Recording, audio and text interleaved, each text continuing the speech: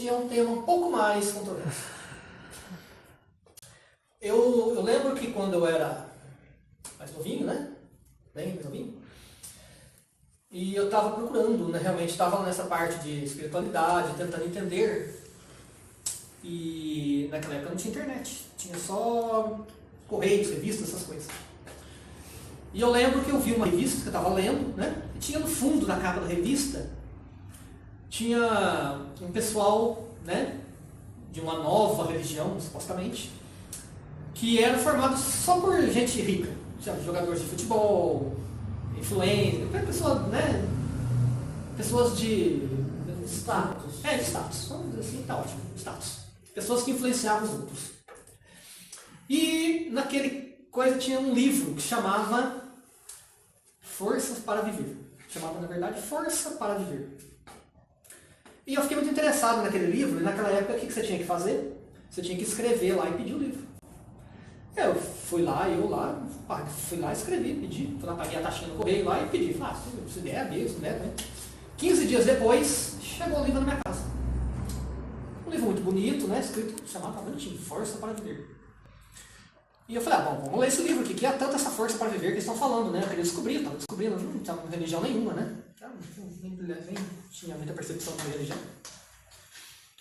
Nesse livro, basicamente, todos os depoimentos que tinham ali, tinha uns 30, 40 depoimentos, a maioria de jogadores de futebol, né? Assim, que estavam naquele momento ali, acho que é os que mais me interessou, assim, acho que é mais pela afinidade do que foi falado. 90% deles eram ricos frustrados, que tinham muito dinheiro, mas não sabiam o que fazer com ele. Não sabiam exatamente que caminho dar para esse dinheiro. Ou seja, eles tinham forças para sobreviver, mas não tinham força para viver.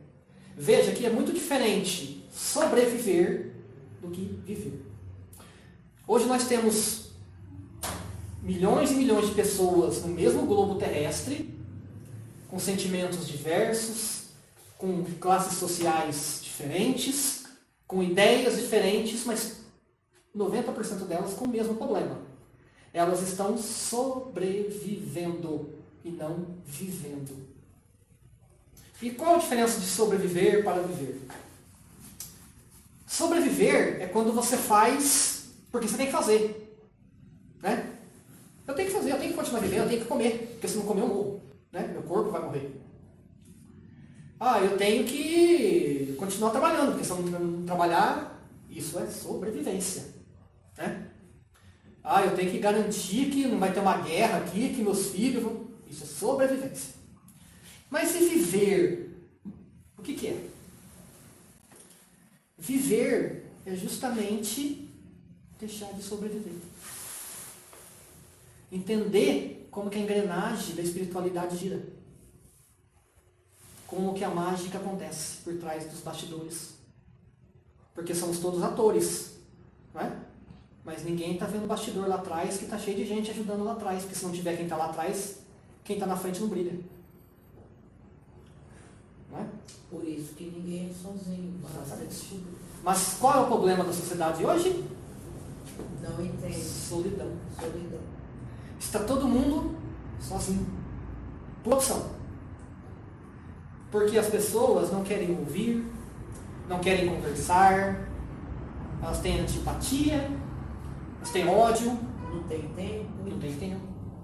Porque estão estagnadas, cansadas, coletivamente afetadas. Então, qual seria o papel, por exemplo, de uma religião? Mostrar para as pessoas que elas estão sobrevivendo, né? Mostrar o caminho alternativo e aplicar o caminho. Porque o problema é esse. Elas pegam as pessoas que estão sós, elas enfiam na cabeça das pessoas aquele monte de coisa Faz tipo e uma salta. lavagem, né? Cerebral. E salta. O importante é você contribuir com a igreja, você contribuir com a doutrina, você ser um sustentador. Eu vou lá e pinto um lugar. Tá, mas isso qualquer um faz. Isso não vai fazer você deixar de sobreviver. Mas ninguém chega em você e pergunta como foi seu dia. Que devia ser a primeira Quem coisa. que mais te... Porque a grande questão é que quando você lida com pessoas, a primeira coisa que você deveria fazer é perguntar como você está. Está se sentindo bem? Está fazendo alguma coisa? Coletivamente, podemos fazer alguma coisa? Porque uma coisa é você falar, de repente, está faltando leite na minha casa, está faltando comida na minha casa. Ok. Isso o dinheiro resolve. Não precisa da palavra do ser humano. Você vai lá e compra. O dinheiro resolve. E o dinheiro é do mundo. Não é? O dinheiro é do social. Você vai numa prefeitura, a prefeitura resolve. Bem ou mal, resolve. Mas O emocional. proximidade emocional, o desejo verdadeiro de saber se a pessoa está bem ou não está, é humano. Mas isso também é espiritual. Você ajudar uma pessoa a continuar, sair do ponto da estagnação, é você dar forças para viver. E você fazendo isso, você também encontra força para viver. Porque você vê na prática. Você sai da estagnação para a ação. Você transforma ideias, você transforma projetos, mas o mais importante, você transforma pessoas. E para isso você não precisa estar dentro de uma religião. Mas dentro de você, a espiritualidade tem que estar em ascensão. Porque doente não cura doente. Entendeu? Doente não cura doente. Você vai no médico, se o médico estiver doente, ele não vai poder te atender. Então, a questão toda do Forças para Viver é justamente você atacar a causa do sobreviver. Se as pessoas estão lá, acamadas, né? Você pega você tem alguém na família, nós temos muitos casos, né, de pessoas na família dando trabalho, né? A pessoa não quer andar para frente, sabe? Ela não quer desencarnar. Não quer desencarnar. Mas para quê? Você vai ficar aqui. Não, porque aqui... Tá, mas você está sobrevivendo. Está arrastando a carcaça. Solta. Né? Você pode ter uma nova vida, um novo começo. Espiritual, né? Talvez volte, talvez não volte. Deus decide, né? Mas se você ficar ali atazanando a vida de outras pessoas também não vai resolver nada. Você vai sobreviver coletivamente, vai ficar, né? Aquela coisa assim, arrastando, né? E a pessoa não dá andamento. Mas se a pessoa tem a maturidade espiritual, a consciência de que ela é espírito, né? É um espírito encarnado. E ela se liberta daquilo, e ela vai para uma outra fase, um novo começo. Não importa, né? É um novo começo, uma nova chance. Desde que ela esteja espiritualmente calçada, né? Daquele sentimento de eu sei que por trás das cortinas aí tem um bastidor. Entendeu? Então esse ponto é onde a gente pode encontrar as forças para viver. Doando, recebendo. Porque quem doa, recebe. Não é? Mas se você ficar esperando só os outros virem doar para você e você não fizer nenhuma ação, é inútil. É uma espiritualidade vazia. Né? Então, isso é importante para as religiões também, que eles também entendam, né? Aquele que vai doutrinar outros, que ele entenda primeiro que ele tem que doutrinar a si mesmo. Né? Primeiro ele tem que aprender com ele mesmo, entender o que ele está precisando, ver se o que ele está fazendo, se ele está vivendo ou se ele está sobrevivendo. Se ele sobrevive, tem coisa errada. Ele precisa primeiro sair desse ciclo, dessa roda de samsara, né? Que muitos falam, né? Dos altos e baixos da vida. É sair desse fluxo de energia e ascender, né? Pelos nossos mestres. Aí tem que ajudar, né? Bom, nosso bloco final de refrão seria aqui a nossa voz que vem de dentro. Não existe verdade absoluta. Não é o fim. É o começo. Durante a vida, aprendemos muitas verdades. Mas será que todas elas realmente nasceram em nós? São nossas verdades ou apenas nos foram entregues sem questionamento? Se você nunca tivesse frequentado uma religião, como descreveria o que sente como divino? Para pensar. Quantas vezes você já sentiu uma verdade profunda dentro de si, mesmo que ninguém mais ao seu redor concordasse com ela? Você acredita que é possível ter fé sem precisar de um templo físico? É importante pensar. O que é mais forte dentro de você? O medo do erro espiritual ou a confiança de estar conectado com algo maior?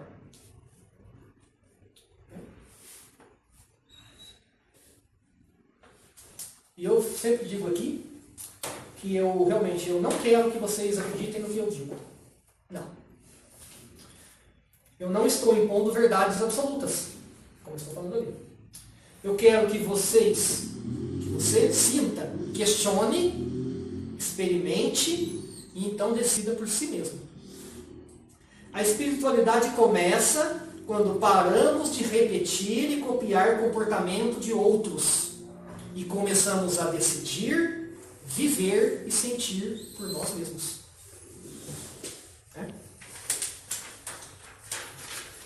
Sinais, não importa o mensageiro, mas sim a mensagem.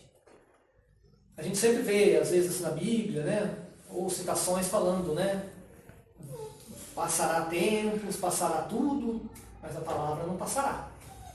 Né? A palavra de Deus foi lançada, foi escrita também, foi dita também, apreciada também, vivida também, crucificada a palavra, né? Também foi. Mas não importa o mensageiro. No final, o que importa é a mensagem. Né? O mensageiro é só o carteiro da espiritualidade, vamos dizer assim. E agora, como eu não podia te deixar aqui, eu trouxe uma curiosidade aqui com o nosso amigo. E isso aqui eu aprendi também. Eu achei muito bacana. Vou trazer aqui para vocês. Eu não sei se vocês sabem sobre isso ou não. Mas está aí, uma curiosidade histórica. E outra vez vos digo que é mais fácil passar um camelo pelo fundo de uma agulha do que entrar um rico no reino de Deus. Isso aqui, quando Jesus falou, Mateus 19, 24, todo mundo ficou imaginando uma agulha, né? Uma agulha ali, fica pensando como é que um camelo vai passar na agulha, né? Bendito do é pequeno, né? Mas, nos tempos antigos, principalmente nos medievais, nos persas, isso aqui é um buraco de agulha. Era a abertura onde as pessoas usavam para espionar, né? Para lançar suas flechas ou... Né? Isso é o buraco, realmente é um buraco de agulha. E certas aberturas passavam um camelo pequeno na largura. Ou seja, era mais fácil passar um camelo do que um ser humano inteiro, com certeza. Então, neste caso aqui, não foi só simbólico e metafórico, né? Porque Jesus gostava das metáforas, né? Mas foi exatamente o que precisava ser dito com a sabedoria de quem sabia o que estava falando. Não é?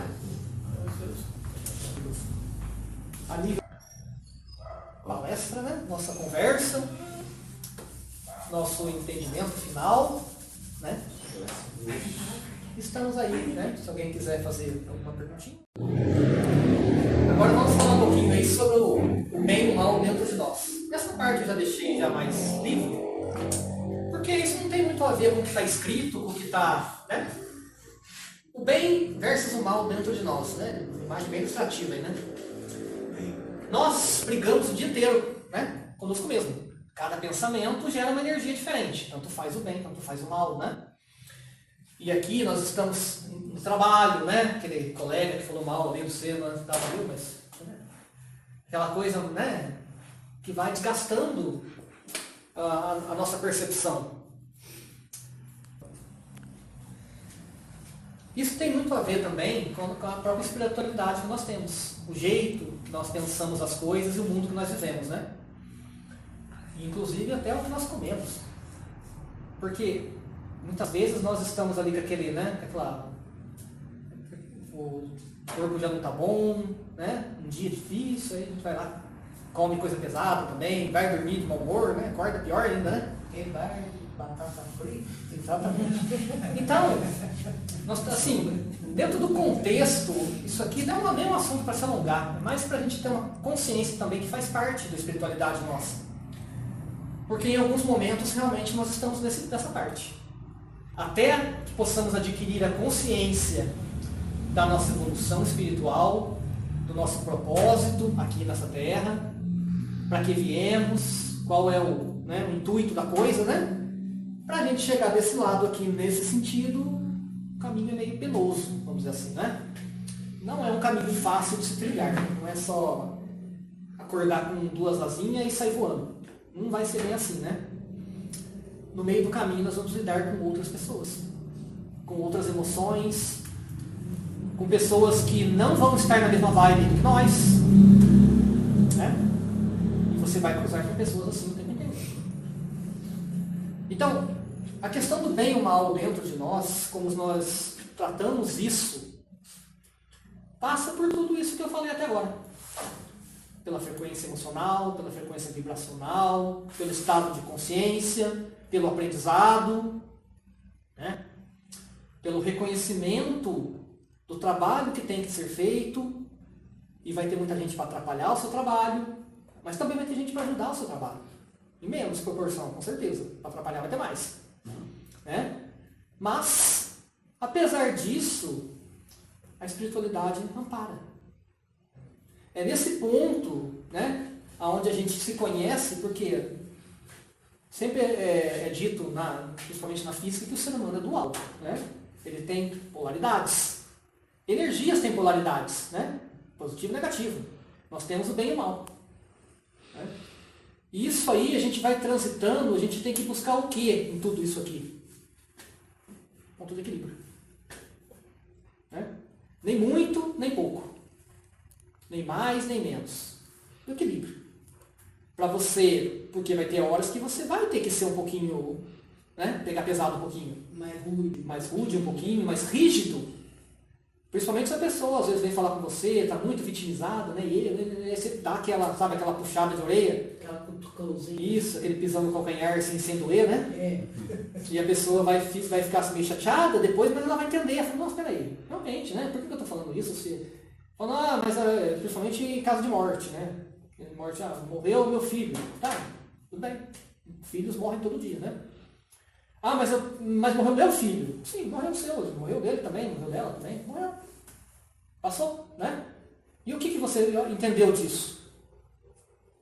Não é? Isso aqui passa um pouco também pelas nossas obras, né? Muitas vezes eu ouvi falar também, né, nesse tempo todo aí de trabalho mediúnico, que a gente tem sempre que olhar as nossas obras. Porque hoje as nossas obras são o que temos. Amanhã a nossa obra nos precede. Ou seja, nós partimos para que outros assumam a obra. Mas dependendo da forma como fizemos a obra, nós viramos um quadro na parede. Para que outros lembrem a obra que nós fizemos. Mas dependendo da obra e como foi feita a obra, nós podemos mudar de status. E amanhã, aquele que está no nosso lugar hoje, nos precede também na foto na parede. E a nossa foto para a parede vai para a gaveta. E amanhã nem na gaveta ficará. E é justamente isso que nós temos que entender. Então, a nossa obra nos precede? Sim. Plantamos sementes o tempo inteiro. Temos que plantar boas sementes? Sim. Dentro do possível, dentro de cada coisa, porque nós não podemos plantar boas sementes em vasos que não prestam. Nós temos que escolher bem as terras, né? Buscar bem o solo fértil para que, né, aquilo possa andar. Você não vai investir numa coisa que você sabe que não vai dar fruto. Você vai perder tempo e vai perder. E tempo nesse mundo que nós temos, eu diria, assim, por experiência própria, que o tempo é mais importante do que o livre-arbítrio. Porque o livre-arbítrio é seu? Mas ele é manipulado. Não é? A própria sociedade que nós vivemos dita a regra do seu livre-arbítrio. Você pode, mas só se eu deixar. Não é? Se eu concordar. Mas o tempo não. O tempo é seu, ninguém toma. Só você. Então que você escolha muito bem o que você vai fazer com esse tempo. Porque ele vai passar dependendo da vontade sua ou de qualquer um. ele vai passar. Depois que passou, não volta mais. E depois que passou, não volta mais. Aqui não. Né? O tempo nos precede. Para a gente entender aqui que o bem e o mal dentro de nós é o que plantamos. Se plantar bem, vai crescer o bem. Se plantar o mal, vai crescer o mal. Inevitavelmente, inexoravelmente, queira você, goste ou não. Né? É simplesmente assim e acabou. Não é? Lembrando que quem destruiu Sodoma e Gomorra foi anjos, não foram demônios. Então, temos que pensar muito bem a nível de espiritualidade e a gente parar de romantizar, né, espiritualidade. E achar que porque nós temos os mestres, mentores, eles são maravilhosos, esplêndidos, consciências, né, que não vai, se precisar chamar a tua atenção, que não vai chamar a tua atenção. Vai. Se precisar te derrubar, te derruba. Se for para o teu bem. E é assim que funciona. Então não é para romantizar a espiritualidade, é para entender a espiritualidade e trabalhar de forma positiva. Né? Junto com ela, a favor dela, para que ela possa fazer o que todo mundo quer que seja feito. Ajude outros para que outros possam te ajudar. Né? É assim que funciona.